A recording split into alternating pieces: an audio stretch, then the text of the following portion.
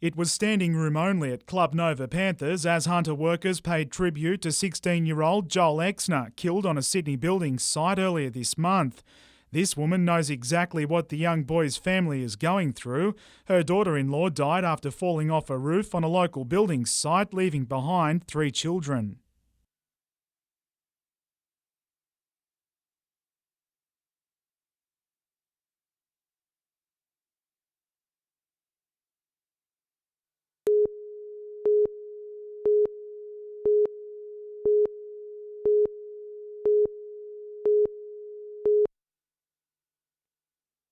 It was standing room only at Club Nova Panthers as Hunter workers paid tribute to 16-year-old Joel Exner, killed on a Sydney building site earlier this month. This woman knows exactly what the young boy's family is going through. Her daughter-in-law died after falling off a roof on a building site, leaving behind 3 children. That's why their mother was up there trying to keep a roof over their head, and that, and now they're just 3 of them split up. So it's very sad.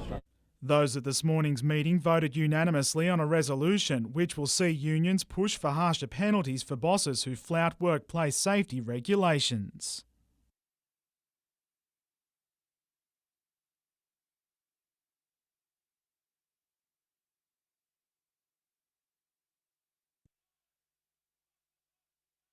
The rally then moved outside, winding its way to the state government's Wharf Road offices.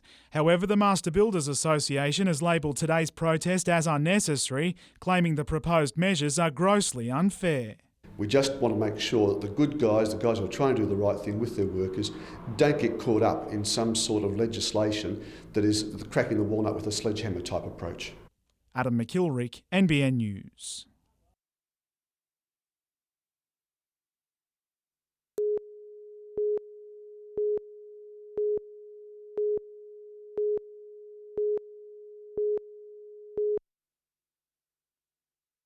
It's sometimes a long wait for ships off Newcastle waiting for the call to come into port.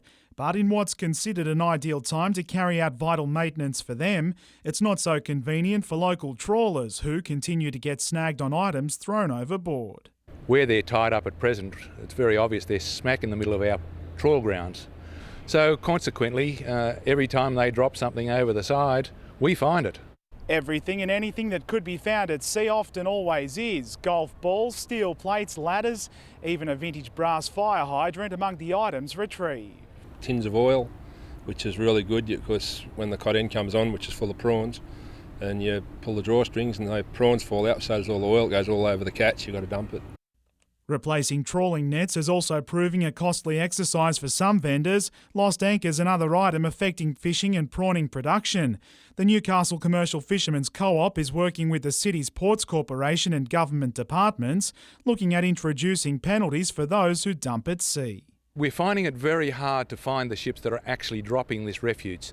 In some cases we're able to identify the ships, but yes, I think that's what the Port Corporation are going to work towards. We don't allow our crew to dump rubbish, so why should they be allowed to? Adam McIlrick, NBN News.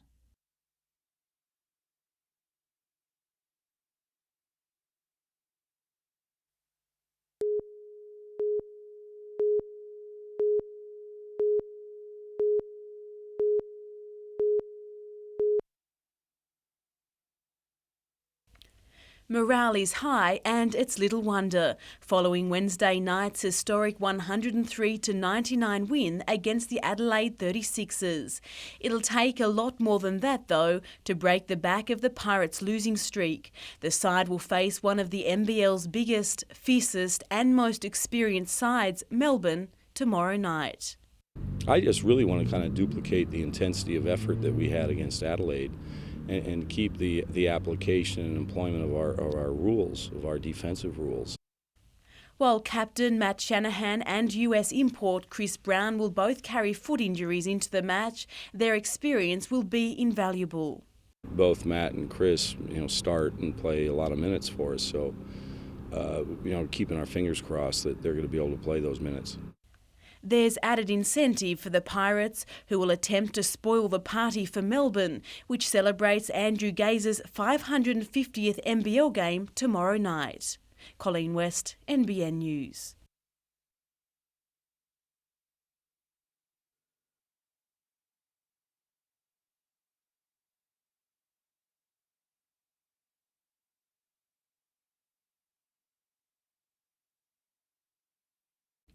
A volunteer and fundraiser for decades, Lita Johnston is a model Good Samaritan.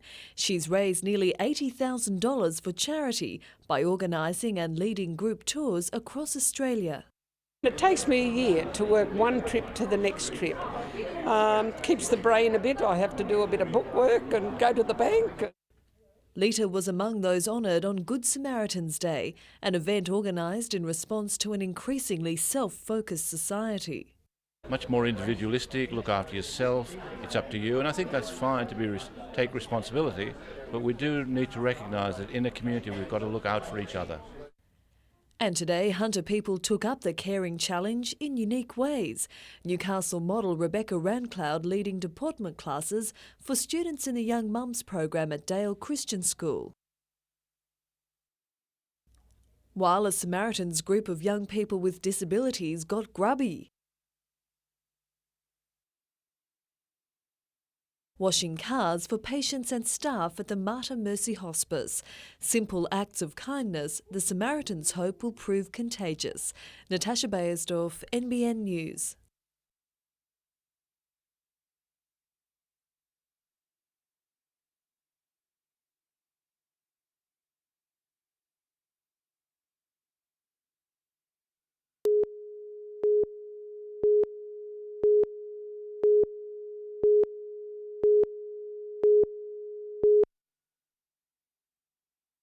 This morning's band session in Wheeler Place was louder than this afternoon's after the council asked organisers to turn it down a few notches.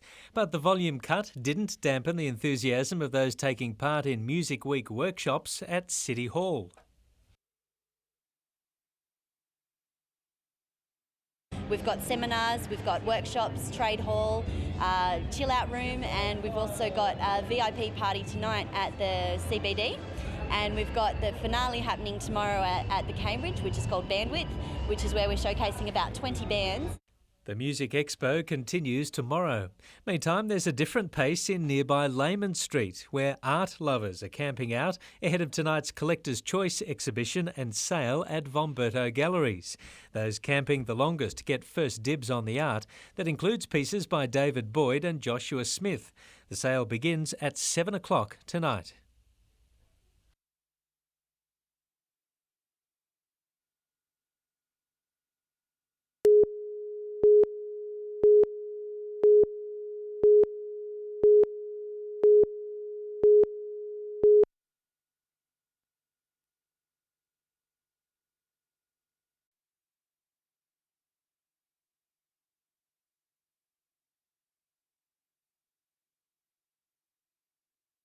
Said, and that's something for us to hopefully prove them wrong and to try and get the team back playing with the people who are available and get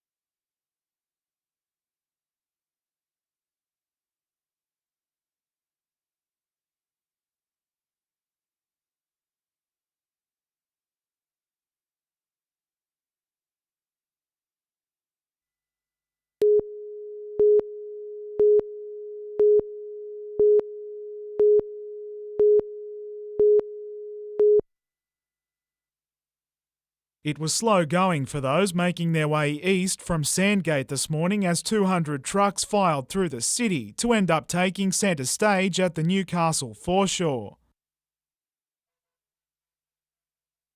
But it was more than show and tell, these truckies asking car drivers to be more aware of big rigs on our roads. If you can't see our mirrors, we can't see yous, and that's what it is. Like, every truck's got a blind spot. It's even beside them, you know, you've got to sort of jiggle yourself about to have a look in the mirror to actually see if there's a vehicle beside you or not. The national trucking body says it's the biggest Transport Awareness Day convoy outside a capital city, driving home to other road users just how important our hauling industry is. The truck drivers move toilet paper, toothpaste, fresh fruit, vegetables. So, the Australians waking up in the morning wouldn't be getting their groceries or their fresh fruit and vegetables if it wasn't for the truck drivers delivering every day, 24 hours a day, 7 days a week. The convoy has raised almost $250,000 over a 10-year period, with all money donated to the Central Coast and Hunter Westpac rescue helicopter services. Adam McIlrick, NBN News.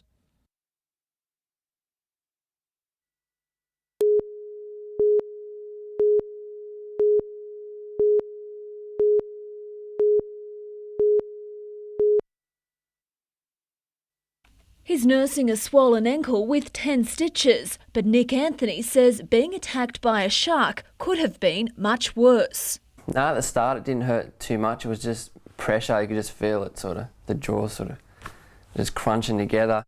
Nick was surfing off Seal Rocks at 5:30 on Friday afternoon. He was bitten 15 metres from the shoreline in water which was below his waist. But he says his biggest concern was that the shark would come back for a second bite. That was the scariest bit after it happened, the paddling back in, because I knew I was bleeding and I knew when there was a shark there somewhere. The 22-year-old was taken to hospital in Taree but wasn't admitted. New South Wales Fisheries believes a whaler was responsible for the bite but says Nick was unlucky as these sharks usually attack when the water is warmer. We tend to get quite a number of these attacks. We call them hit and runs, where a shark will bite usually on the lower leg in the surf zone or in muddy water where they can't see well or sense well. Fishing experts also believe Nick's ankle was mistaken for bait. They're there to eat fish, not human beings, and particularly whaler sharks of that sort of size. Usually what happens is they'll have a bite and they let go. They realise that it's not what they were looking for. And while that may be cold comfort for Nick, he admits the attack hasn't turned him off surfing for good. Lyndall Derrick, NBN News.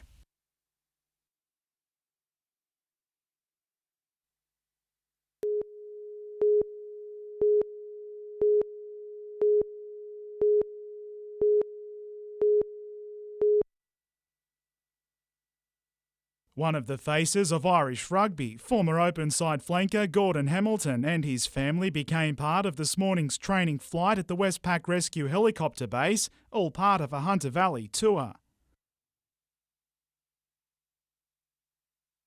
However, today's high couldn't quite match the feeling of scoring what he and the rest of Ireland thought to be a match-winning try in the 1991 Rugby World Cup quarter-final clash against the Wallabies. But celebrations were short-lived with an Aussie onslaught in the 11th hour. Campo made another break through our brittle defence, and Michael Linus scored a try with about a minute to go, so I was within 3 minutes, shall we say, of being a free man of Dublin for the rest of my life, free Guinness and all that. The Wallabies went on to dismiss the hosts by 1 point, the very same margin produced on Saturday night in Melbourne, where the Irish again had to settle for second best. We don't want to get tagged as being the nearly men, and yet again we got within a point of beating you, but we didn't beat you. And I think the current team, because of the level that they're looking to reach, will be disappointed with that result. The loss now means Ireland will face off with France, with Hamilton hoping history does repeat in this instance. We've beaten France 3 out of the last 4 outings. So I think the lads will go into the game with great confidence, and that's the big difference with this side now, is that they know that they can beat France, and we've every chance of beating them and progressing to the semis. Adam McIlrick, NBN News.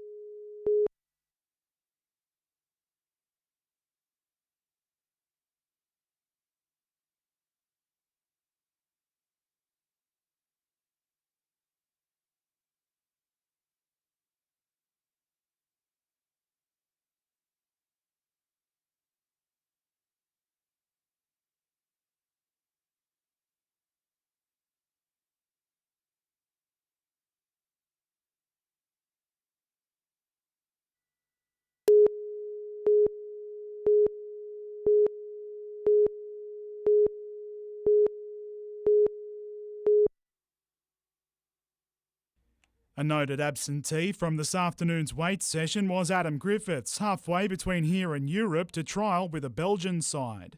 For his sake, I hope he goes well, and we just have to wait and see what occurs from there. But obviously, had him still under contract till the end of the year, so it's got to be the right deal for the club. For those who remained, they can breathe a little easier given the bye this weekend. Captain Robbie Middleby appears to be over a troublesome hamstring, indicating better days to come for United. After 3 consecutive losses, there's a 4-way tie for outright third place, with coach Ian Crook dismissing claims the side is suffering from mid-season blues. Slumps are when you lose 8 or 9. That for me is a slump.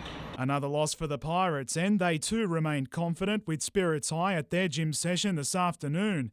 The latest injury concerned Tim Hudson, who required 3 stitches in his foot this morning after cutting it on glass, remaining an outside chance of starting Friday's game against Brisbane. I'm sure he'll give every effort to be playing, but if not, then we'll have to cover him elsewhere. Adam McIlrick, NBN News.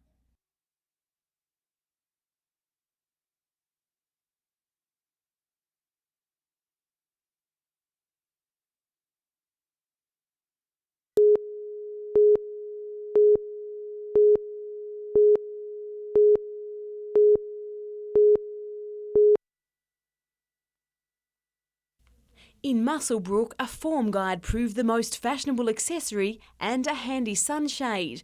Not to forget the crowning glory for hundreds of revellers who made their way to Skeletor Park though, these hats second to none. There was plenty of horsing around. It was serious business in the betting ring though, an 8-race program giving punters plenty to think and scream about. As for the race that stops a town, here are the closing stages.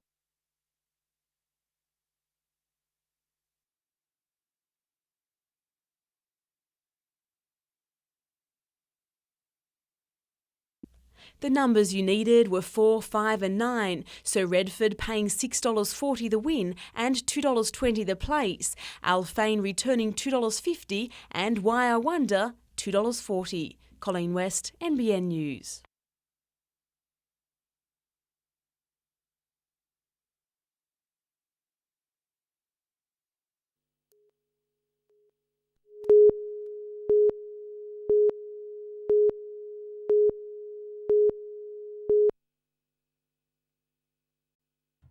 There's no place like home, and doesn't Cherie Burns know it?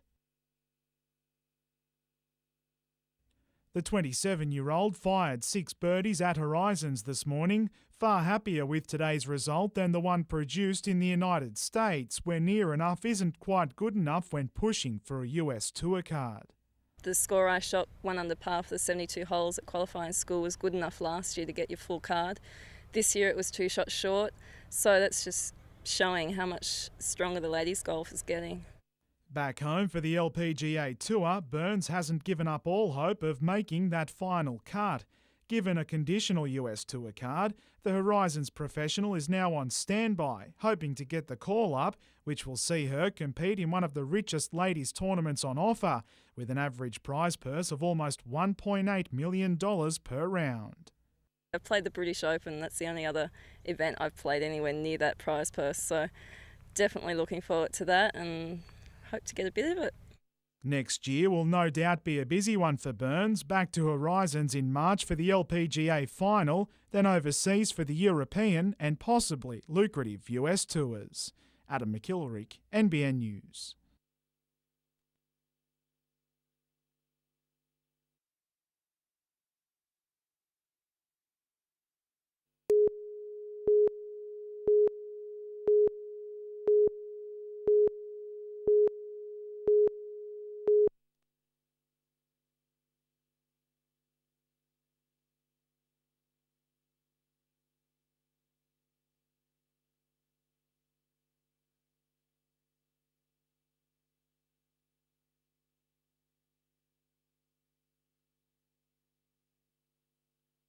And on occasion we'll be bringing specialist coaches in, so we'll be able to pull the clubs in and they'll be able to utilise the facilities there as well.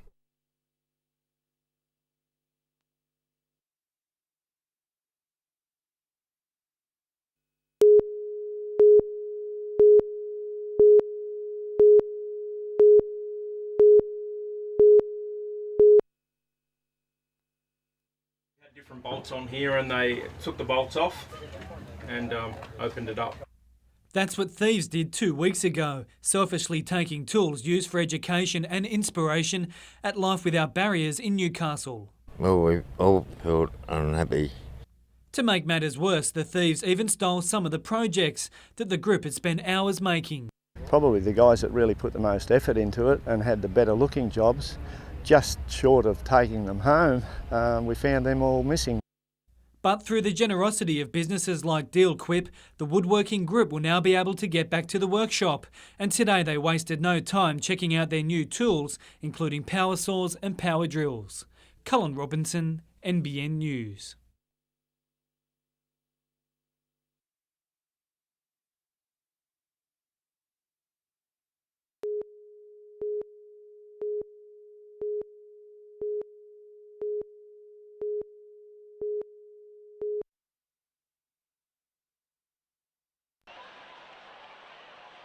Racing now.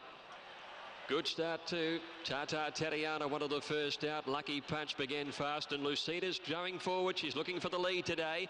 In the early stages, Seances and Latte are handy to the speed as well as they go past the 1,200 metres. And Lucida has the lead, and she kicks out by about 2 lengths. Latte is second. Then Tata Tatiana getting up on the inside to third, and Lucky Punch ahead away fourth. 2 lengths away, Seances in the Cerise colours. Miss Helter Skelter on the inside of her. One further back is Tin Tan Bell, and then Gazania on the rail. They were followed by Zakuro tracking out 3 wide. 1.5 then to Tagger, Dolphin Dance, and then Tally Thunder, Rory's Jane. Miss Rosedale third from last from Maya the inside, and Ice Dancer. Lucida the leader at the 600 metres. Latte a length and a half away second. Tata Tatiana third the inside. Then Lucky Punch as they swing around the turn from Seances, Tin Tan Bell, Zakuro wide, and then Miss Helter Skelter. As they enter the straight now, Lucida in front of Latte, Tata Tatiana to the inside, and then Lucky Punch. Seances letting down with her run, and then Gazania starting to make ground. 250 to go, Lucida the leader from Seances, Lucky Punch, Tata Tatiana the rail, and then Gazania. Lucida getting tight, Tata Tatiana gets up on the inside at the 100. Seances and Gazania close wide. Tata Tatiana grabs the lead. Seances dives close. Tata Tatiana and Seances photo finish. Either Lucida or Gazania for the minor end of the prize. And then Ice Dancer making ground from Lucky Punch, Maya. And they were trailed by Latte, Tagger, and then came Miss Helter Skelter, Tin Tan Bell. And further back in the field is Tally Thunder, Miss Rosedale, Dolphin Dance, Rory's Jane, and Zakuro last in. Photo finish.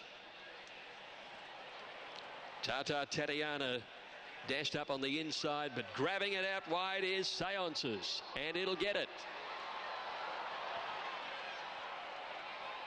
Number 11, Seances. Darren Gauci is first. Number 2, Tata Tatiana. Noel Callow was second, and number 3, Gazania, ridden by Patrick Payne, was third. And close up was Lucida, who did all the work in front, and she's been beaten about a long neck altogether. In 123.4, Seances lifting in the last little bit of the race, just when Tata Tatiana drove up on the inside, hitting the front from Lucida at the 100. Seances just continued to drive home out wide, out in that section of track that's provided the first 3 winners virtually. 560 and 210. Tata Tatiana in second place, and third place to Gazania. 11, 2 and 3. Fourth in 7, Lucida, and fifth was number 8, Lucky Punch. Good performance from the winner. She second in from a spell. She's now under.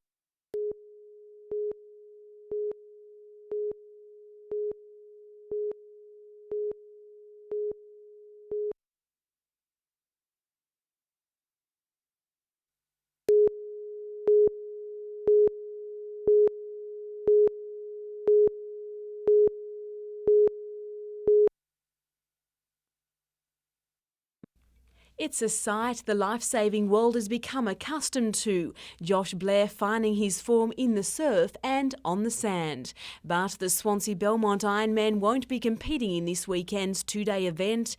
Instead, he'll be working on his fitness in preparation for the upcoming Nutrigrain series. Australian under-19s double ski champions Jacob Blair and Greg Tobin are tipped to take out the open double ski event, while Tim Harrison, Mark Bint and Melissa Kaiser are expected to perform well. And while our current surf lifesavers will be causing a stir on the beach at Woolgoolga, there'll be celebrations at Newcastle's Nobby Surf Lifesaving Club, which is turning 80. Today, the club's old boys reunited to celebrate their past and their future.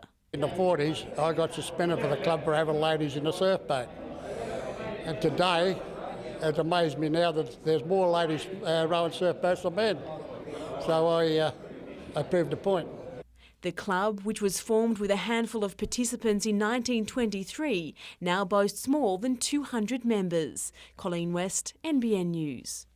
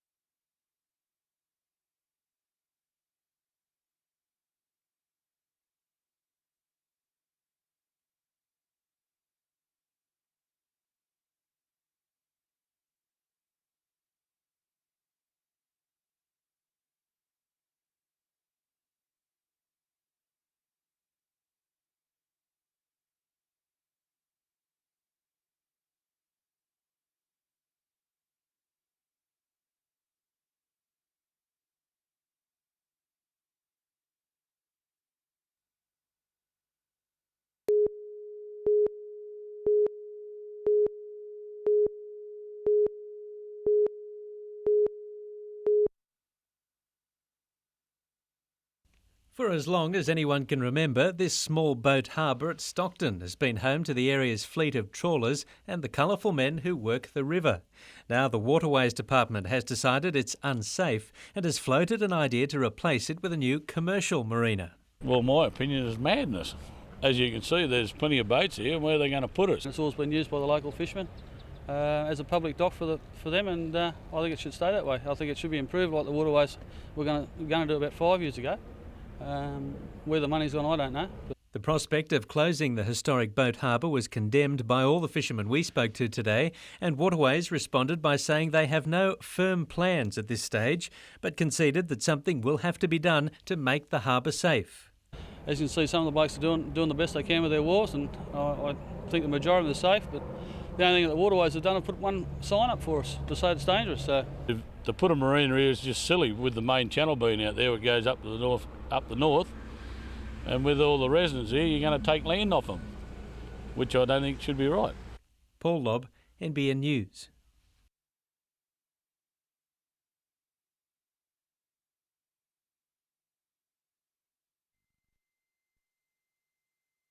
That was the idea, yeah, at the start of the plans of making the tour of, making Newcastle the last one, and also just, the Civic Theatre is such an awesome venue, so to finish on something like that was great.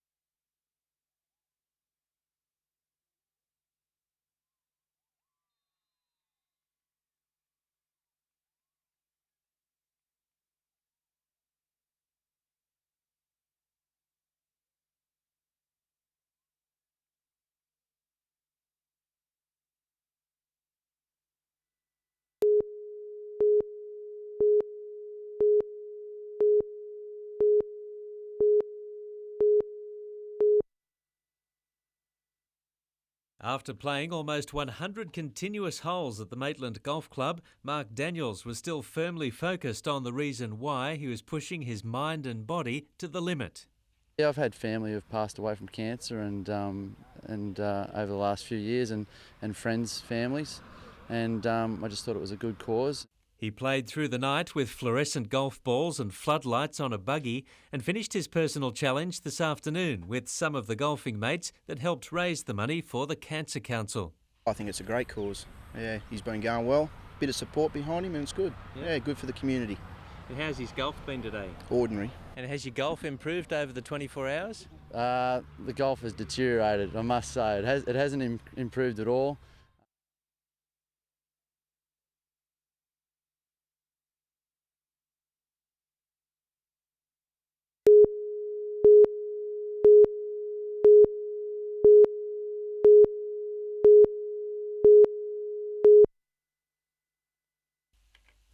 First up was the English paper, with science tackled during the afternoon session. Nearly 83,000 students across the state sat for the compulsory English exam, which included questions about a television interview with Silverchair's Daniel Johns. It was an interesting challenge for Daniel's younger sister Chelsea, who attends Newcastle High, which is also her big brother's old school. Tomorrow it's mathematics, followed by history and geography, with some students more confident than others about their preparation. Well, I kind of like English, so I thought it was okay, but too much writing. Yeah, it was a bit hard, but, get over it. Feeling okay. Glad that that's one down and free to go.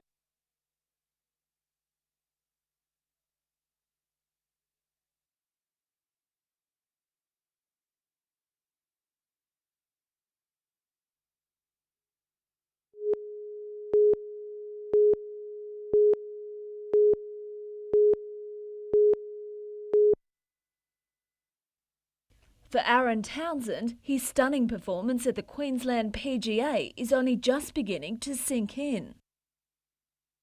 He chased down the tournament leaders at Emerald Lakes on the Gold Coast, firing rounds of 71, 65, 64 and 66. At 22 under par, he tied for first with Victorian David Diaz to force a playoff, but just missed this shot to let Diaz claim the title.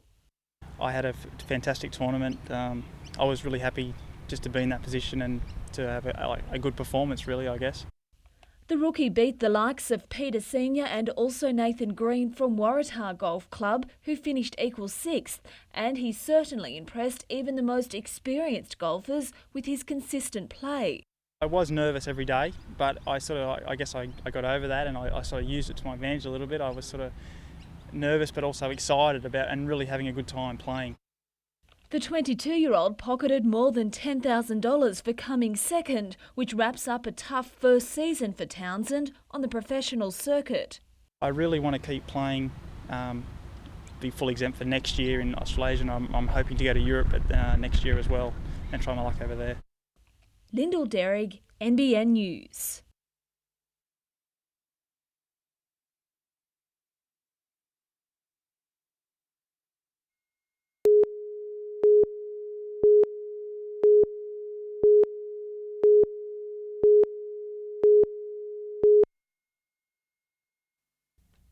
Laid up in a hospital bed for the past month, 6-year-old Shannon hasn't had much reason to smile lately.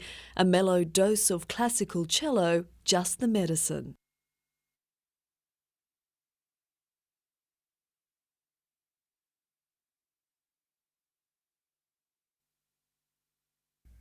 It's a therapy being used increasingly to help youngsters relax in an often stressful environment.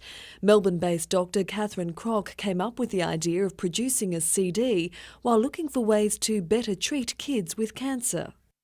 They come into the operating theatre, it's an intimidating atmosphere for them, and I thought we could make that more pleasant for the children and their families. Cello Lullaby was born.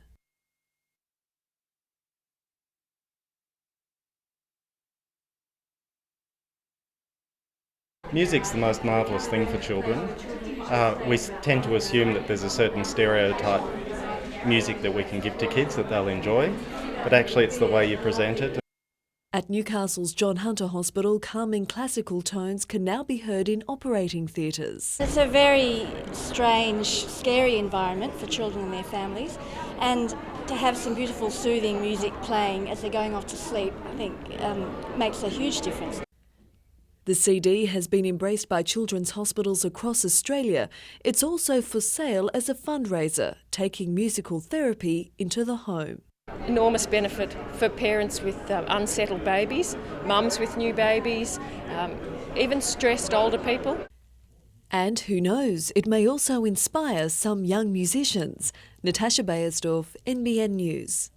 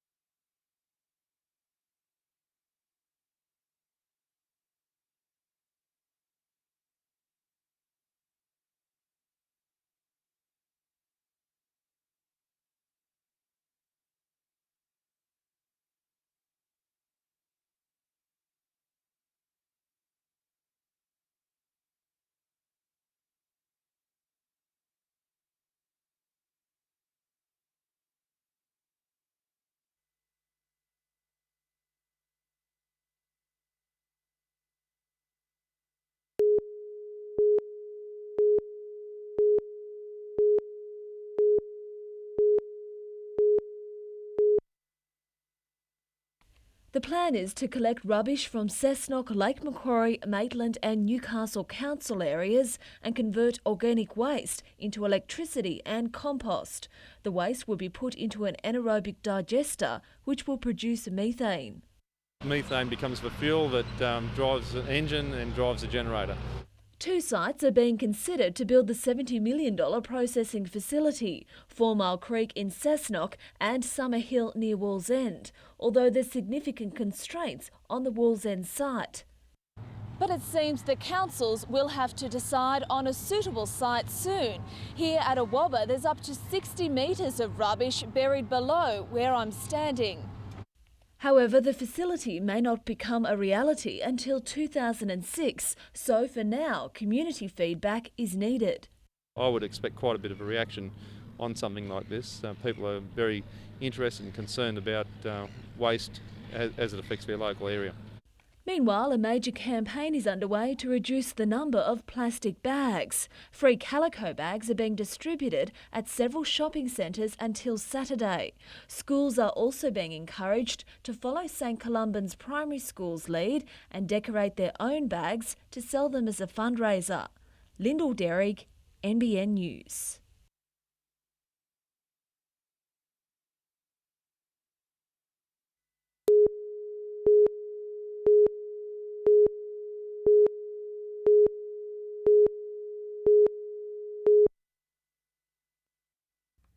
To be or not to be? That is the question, and it turns out the quote most people pull out of the air when they recite works from William Shakespeare. But the question being asked by Newcastle University and the University of Massachusetts in the US is, did he or didn't he write some of literature's most famed plays?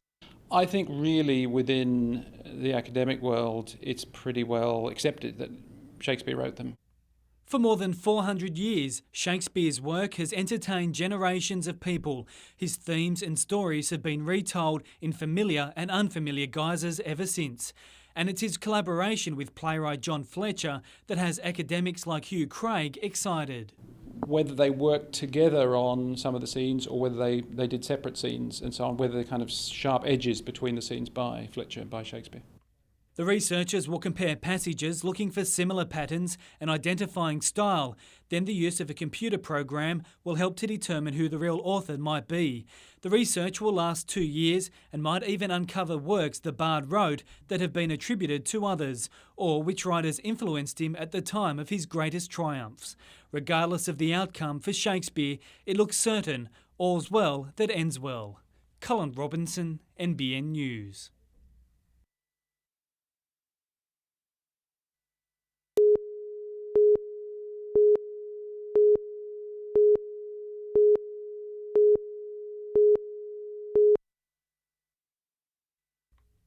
It would be hard to find a more diverse part of the world than northern New South Wales. From lush rainforest to open plains, rugged mountain ranges and white sandy beaches, backpackers, it seems, are more than happy to spend their time and money in the region.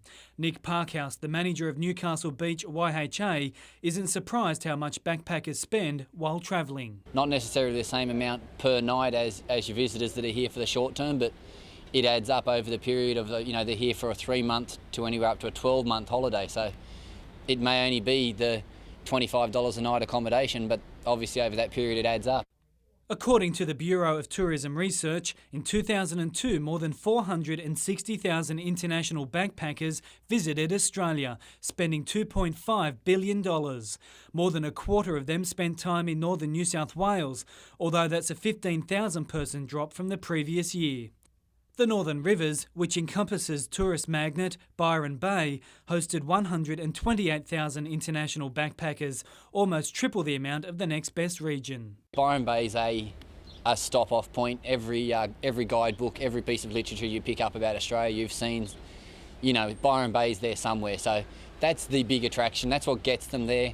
Obviously, they get to that region and they realise there's a lot more to see. Cullen Robinson, NBN News.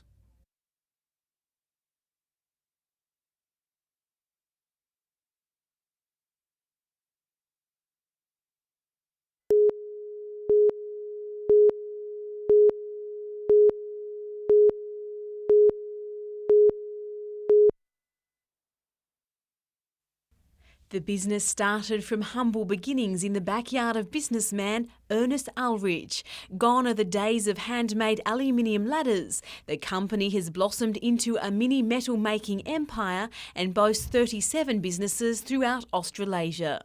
I think it's the population mix and the areas of product that we cover.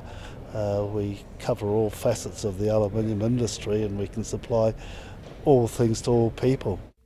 The Newcastle wholesale business has made a new home for itself on the Steel River site after relocating from cramped premises at Cardiff. 15 new workers will be employed at the manufacturing facility, with plans to employ a further 45 people within 18 months.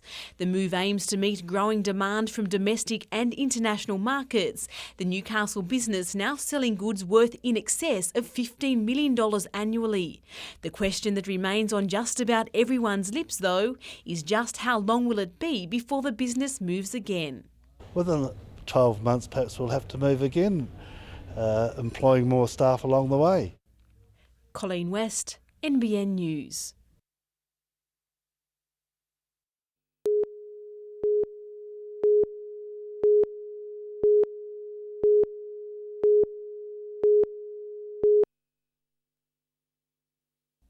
The usual peace of Dungog was shattered just after 9 this morning when police from across the Lower Hunter arrived following a report that a man had been seriously injured. Police were called at about 8:55 this morning to attend to a man who'd presented to a house with stab wounds. As a result, police attended and ambulance were called. The man is alleged to have been stabbed with several knives during an incident at his Hook Street home. He eventually fled to a house across the road where first aid was administered. He was suffering extensive internal injuries. Ambulance paramedics were rushed to Dungog on the region's rescue helicopter to stabilise the 46-year-old man. He was then airlifted to the John Hunter Hospital for surgery on multiple stab wounds to his chest and shoulder. The flight was made at lower than normal altitude because of the man's serious injuries. A woman was taken into police custody moments after officers arrived on the scene. She spent the day assisting Lower Hunter detectives with their investigations into the circumstances surrounding the stabbing. Forensic police spent a number of hours combing the scene after the woman was taken to Maitland Police Station to be questioned. Gary Blair, NBN News.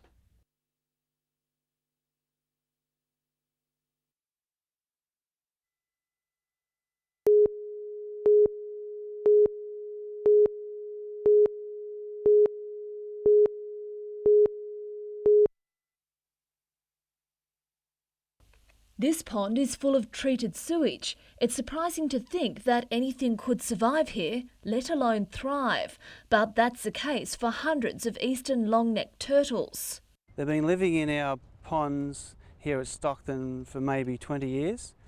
And I don't know how they got into the ponds. Maybe they were put there or they came through the sewage system, but they're multiplied, and we've had hundreds here in the ponds. Since the Stockton treatment works was decommissioned last year, the ponds have been drying out and the turtles have been escaping to find more water.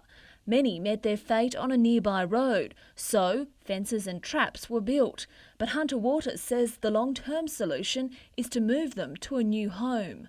We have artificial wetlands at Morpeth, so they've gone from about 1-star accommodation to 5-star, and also Shortland is about 5-star accommodation for turtles. They're nice, fresh ponds for them.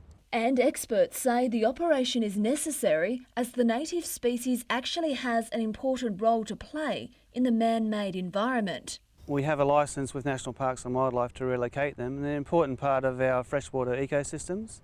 Lyndall Derrig, NBN News.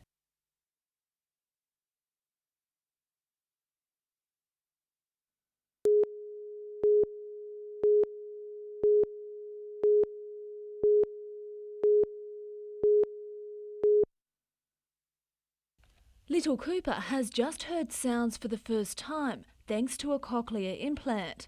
Today he was distracted with toys while sounds were emitted through the device. His reactions proved he could hear them.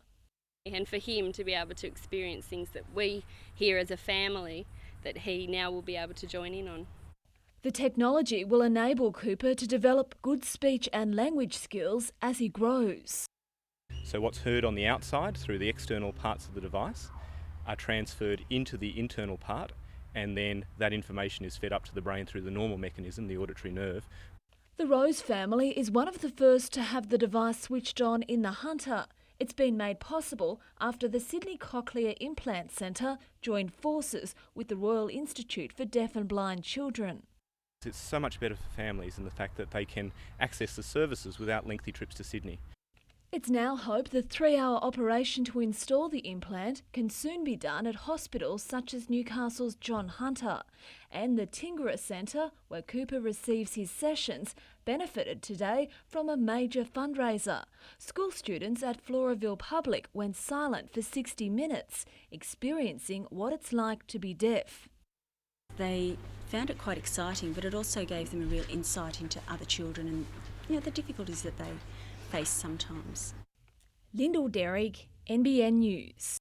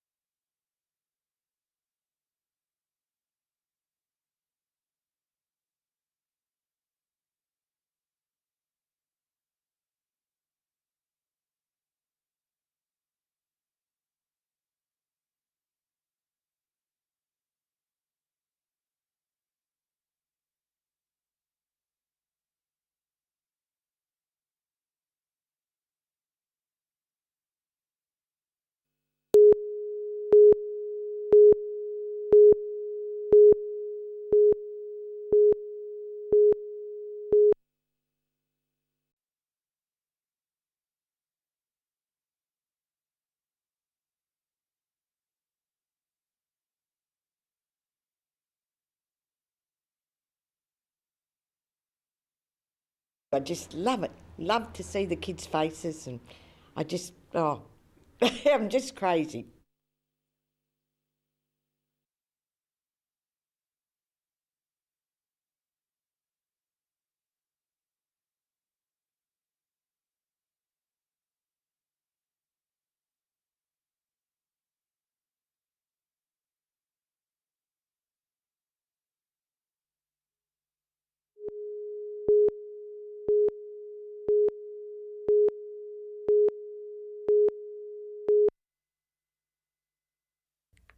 It's a silent killer that claims the lives of hundreds of Australians every year.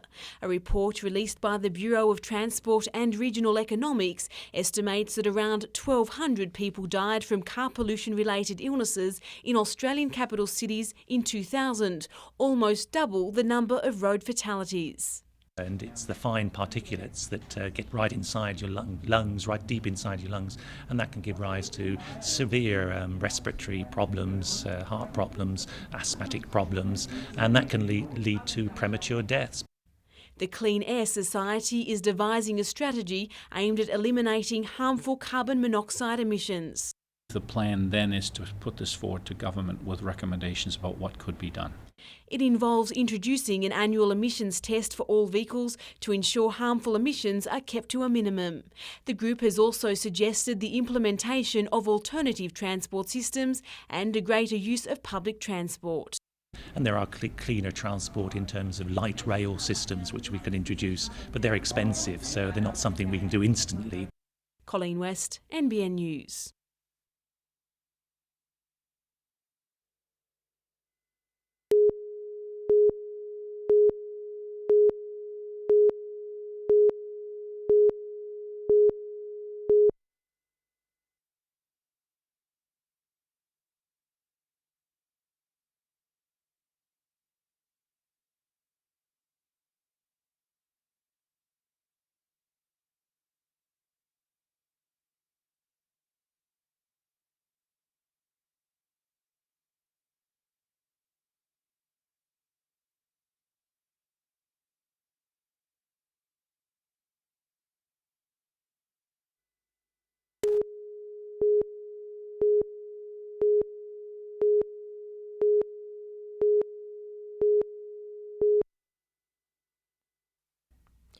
The business of building in the Greater Newcastle area is booming at the moment. But while demand for builders and tradespeople is high, supply is not. Everybody is flat out at the moment, and anyone who's trying to get hold of a tradesman is probably tearing their hair out at the moment trying to keep them on the site, because the tradesmen are trying to get across as many projects as they can. Some tradespeople are even being offered big bucks to switch builders, while some are struggling to cope with a backlog of jobs. And I've had one of them that's been meaning to get back to for a while now, and it's just sort of dragged out, and I don't know, it always seems to happen like that though, doesn't it? The NBA says apprentices are also in short supply. The organisation says the problem is twofold. Firstly, there's a shortage of builders willing to train apprentices, and secondly, the profession is not as attractive to young people as it used to be. No secret, I think that the building industry is one of the harder industries, and maybe it's not one of the sexy ones of IT and hospitality and retail, perhaps to a lesser degree. And the NBA's advice for anyone wanting work done before Christmas? Wait until the new year. Tanya Carlisle, NBN News.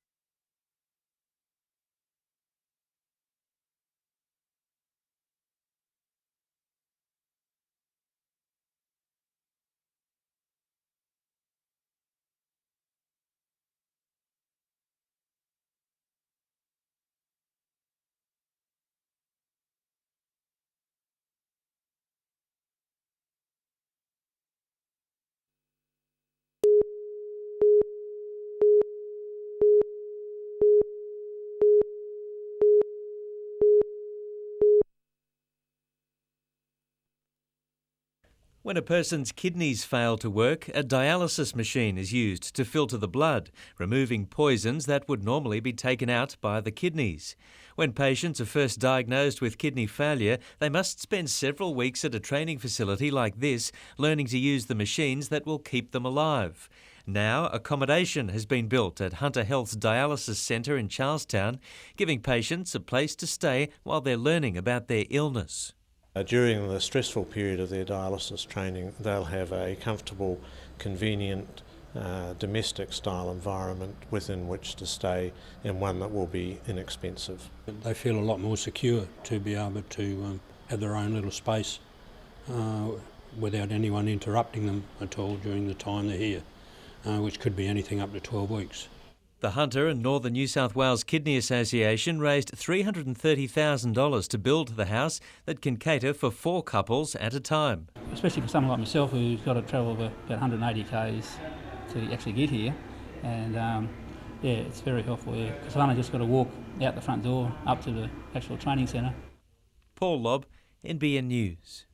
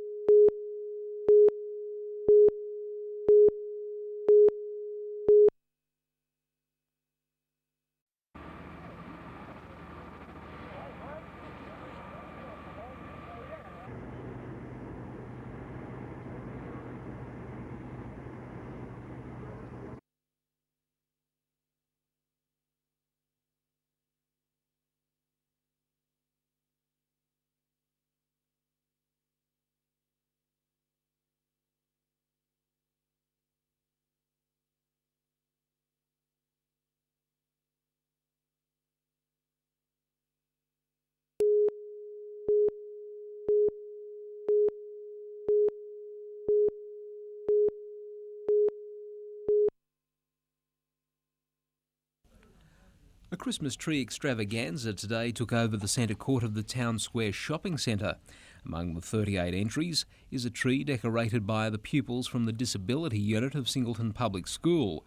It's the second staging of the event, which is a fundraiser for projects undertaken across the region by the Red Cross. The trees are on display until December 6.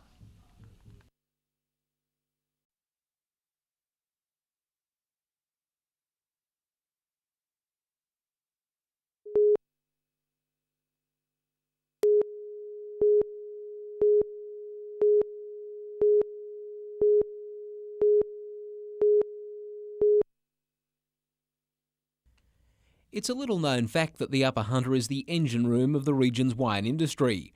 Around 19,000 tonnes of fruit will be harvested from the area's vines later in the season to produce 1.5 million cases of wine. While you may not know all of the labels, a new agreement between Muswellbrook Council and the industry aims to change that. We do produce wonderful wine up here, and the wine industry does extend beyond Pecolbin. That's really our front gate.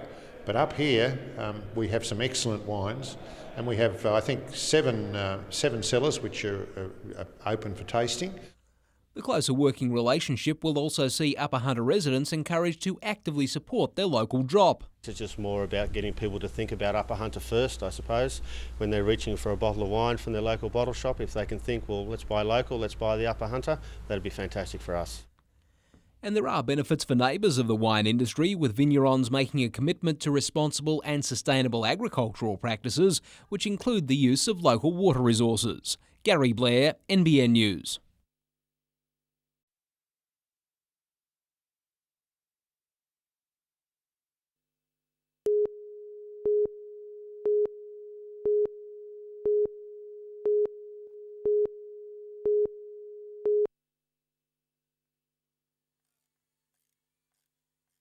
"15-year-old Josh and 14-year-old Josiah are trialling life as a mechanic for possible paid work experience at a Cessnock car dealership. Their hometown's youth unemployment figure is above the state average. Every year in this district, there are at least 100 students leaving school without qualifications. Both teenagers have undergone special studies at the Cessnock District Learning Centre. The program is about to expand with funding from Family and Community Services, offering its young participants extra support to enter the workforce. Also preparing their CVs, their resumes, so that they're able to fill out a workplace application form. Another project will be matching teenagers with mentors from the community, and all that's needed are willing businesses and some experienced citizens. We don't want to waste all those insights and experience, so if you're a person who really likes kids, or you think that kids are going the wrong way, here's your chance to do something positive. It would be good, keep me in line, pull me act together.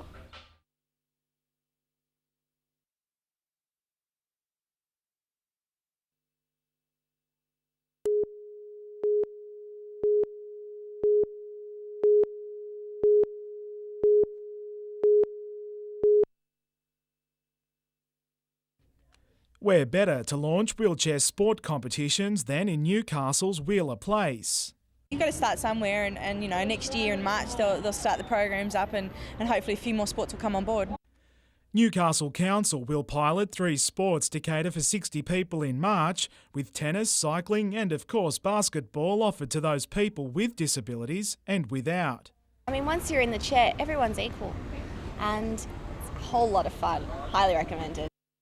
Both master and apprentice of our next Paralympics hope other regional sporting bodies will follow suit, giving those people with disabilities the chance to be more than just an observer. Yeah, I'd just like to see the people be able to have the opportunity to get out there and participate if they want to and have that opportunity. I mean, it's got the potential to go, you know, everywhere. And there's so many communities with people with disabilities that, you know, just at the moment are just not, you know, having the opportunities, and this is really going to help. Adam McIlrick, NBN News.